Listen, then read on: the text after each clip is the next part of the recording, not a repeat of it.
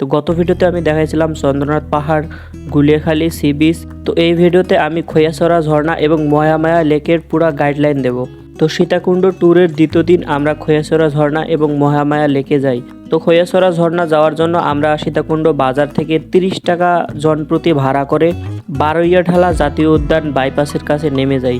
সেখান থেকে আমরা 100 টাকায় সিএনজি রিজার্ভ করে খৈয়াছড়া ঝর্ণার সিএনজি স্ট্যান্ডে চলে যাই।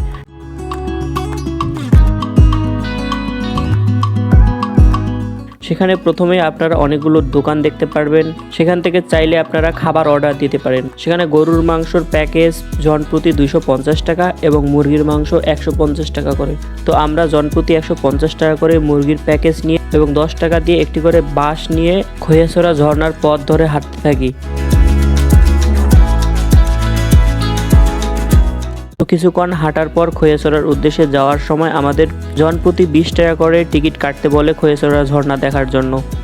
খৈয়াছড়া সিএনজি স্ট্যান্ড থেকে খৈয়াছড়া মূল ঝর্ণায় যেতে প্রায় 25 থেকে 30 মিনিট সময় লাগে এবং রাস্তাটা একটু দুর্গম, অর্থাৎ যেতে আপনাদের একটু কষ্ট হবে। তবে আশেপাশে পাহাড় এবং গাছপালা দেখে খুবই ভালো লাগছিল।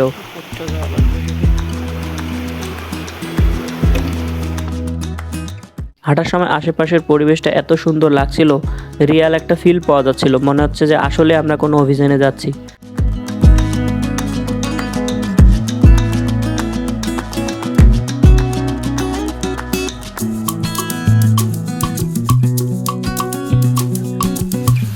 তো প্রায় 25 থেকে 30 মিনিট পর আমরা মূল খৈয়াছড়া ঝর্ণায় চলে আসি।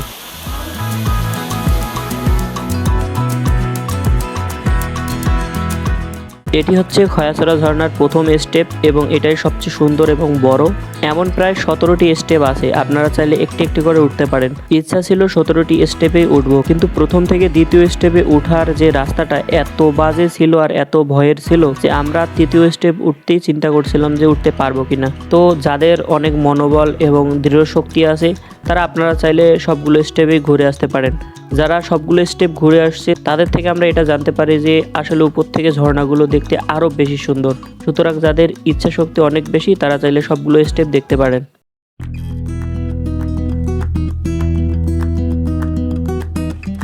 তো দ্বিতীয় স্টেপে আমরা কিছুক্ষণ সময় কাটাই এবং জনমানবহীন ঝর্ণা যে আসল শব্দ সেটা আমরা উপভোগ করি, যেটা খুবই খুবই ভালো লাগার মতো ছিল।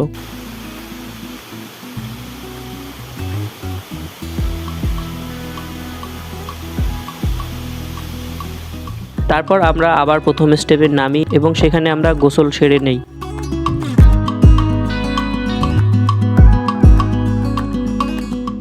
গোসল শেষে আবার আমরা ব্যাক করি মহামায়া লেকের উদ্দেশ্যে।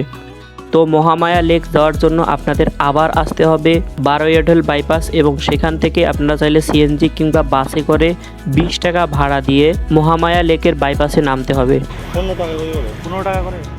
সেখান থেকে 60 টাকা সিএনজি রিজার্ভ কিংবা 15 টাকা জনপ্রতি ভাড়া দিয়ে আপনাদের মহামায়া লেকের গেটে নামায় দেবে।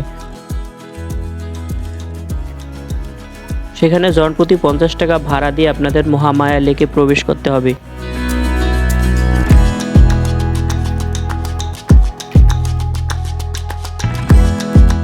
তো আপনারা এখানে খুব বেশি টাইম দেবেন না ঘোরার ক্ষেত্রে, চাইলে অন্যান্য স্পটগুলো ঘুরে দেখতে পারেন।